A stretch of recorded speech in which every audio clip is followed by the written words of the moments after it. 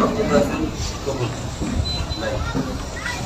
আমি জিয়াসুর সম্পর্কে কিছু বলতেছি। জিয়াসুর অনলাইন বৃহত্তর স্বেচ্ছাসেবী সংগঠন।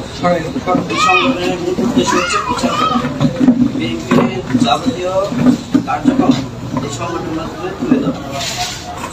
এই সংগঠন নিয়ে আমরা সবাই একত্রে যার যার জায়গা থেকে প্রচার প্রচারণা বেশি বেশি করি।